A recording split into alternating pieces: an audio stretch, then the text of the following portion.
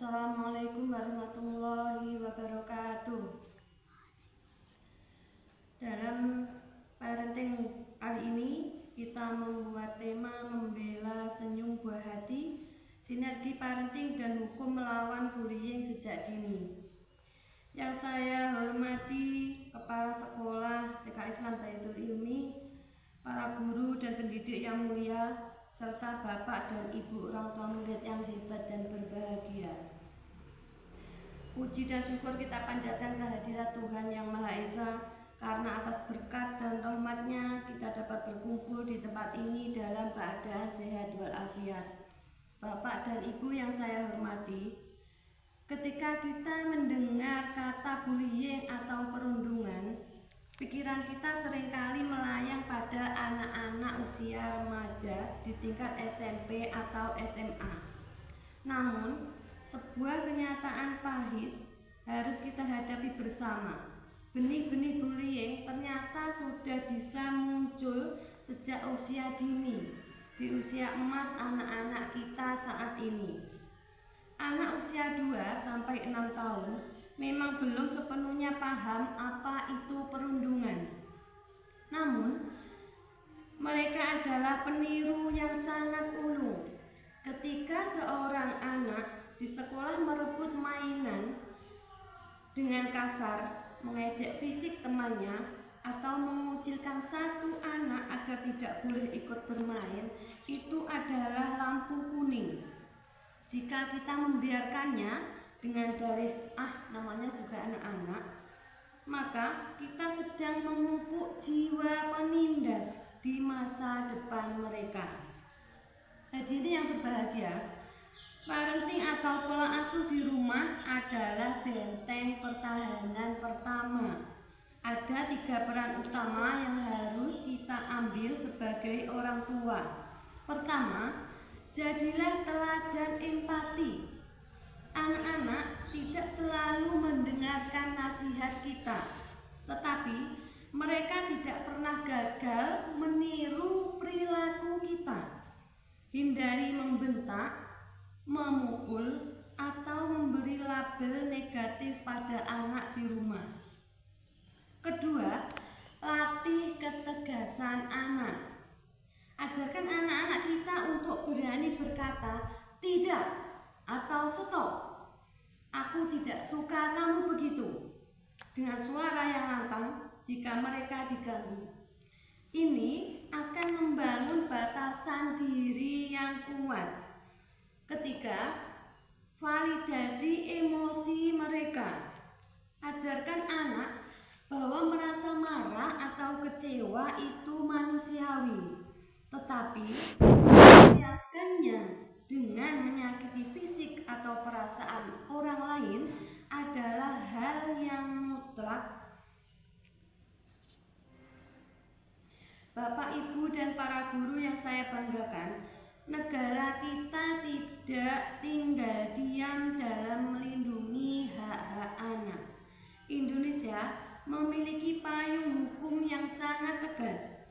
Di dalam Undang-Undang Nomor 35 Tahun 2014 tentang Perlindungan Anak, khususnya pasal 76C, dinyatakan dengan jelas bahwa siapapun dilarang menempatkan, membiarkan, melakukan, menyuruh melakukan, atau turut serta melakukan kekerasan terhadap anak. Bagi siapapun yang melanggarnya, pasal 80 mengancam dengan pidana penjara paling lama 3 tahun 6 bulan dan atau denda hingga 72 juta rupiah. Bahkan, jika tindakan tersebut mengakibatkan luka berat, ancamannya meningkat menjadi 5 tahun penjara. Jika perundungan terjadi di ranah digital atau verbal, Kitab Undang-Undang Hukum Pidana atau KUHP serta Undang-Undang ITE juga siap menjerat pelaku pencemaran nama baik dan intimidasi. Tentu kita bertanya, bagaimana jika pelakunya juga masih anak-anak, hukum kita memiliki Undang-Undang Nomor 11 Tahun 2012 tentang Sistem Peradilan Pidana Anak. Hukum tidak serta-merta memenjarakan anak, melainkan mengedepankan proses keadilan restoratif dan diversi, yaitu penyelesaian di luar pengadilan. Tujuannya bukan untuk menghancurkan masa depan anak yang menjadi pelaku, melainkan untuk membina, memperbaiki perilakunya, dan mengembalikan hak korban. Hadirin yang saya hormati, menegakkan hukum bukan berarti kita harus saling lapor ke polisi jika anak-anak kita bertengkar. Langkah pertama selalu adalah komunikasi. Jika terjadi indikasi bullying, dokumentasikan buktinya, lalu duduk bersamalah dengan pihak sekolah secara berkepala dingin. Sekolah wajib menjadi mediator yang netral dan tegas. Namun, jika mediasi buntu dan terjadi kekerasan yang fatal, ingatlah bahwa hukum negara siap melindungi anak kita. Ada KPAI dan unit PPA di kepolisian yang bisa kita hubungi.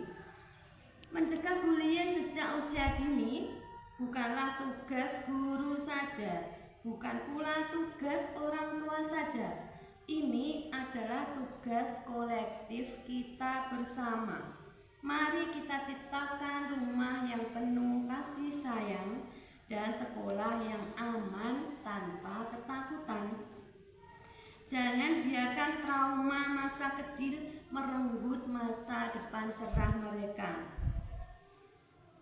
Akhir kata, mari kita saling bergandengan tangan, menjaga setiap tutur kata dan perbuatan kita demi menjaga senyum tulus di wajah anak-anak kita. Terima kasih atas perhatian Bapak dan Ibu sekalian. Mohon maaf atas segala kekurangan. Selamat pagi dan salam sejahtera bagi kita semua. Assalamualaikum warahmatullahi wabarakatuh.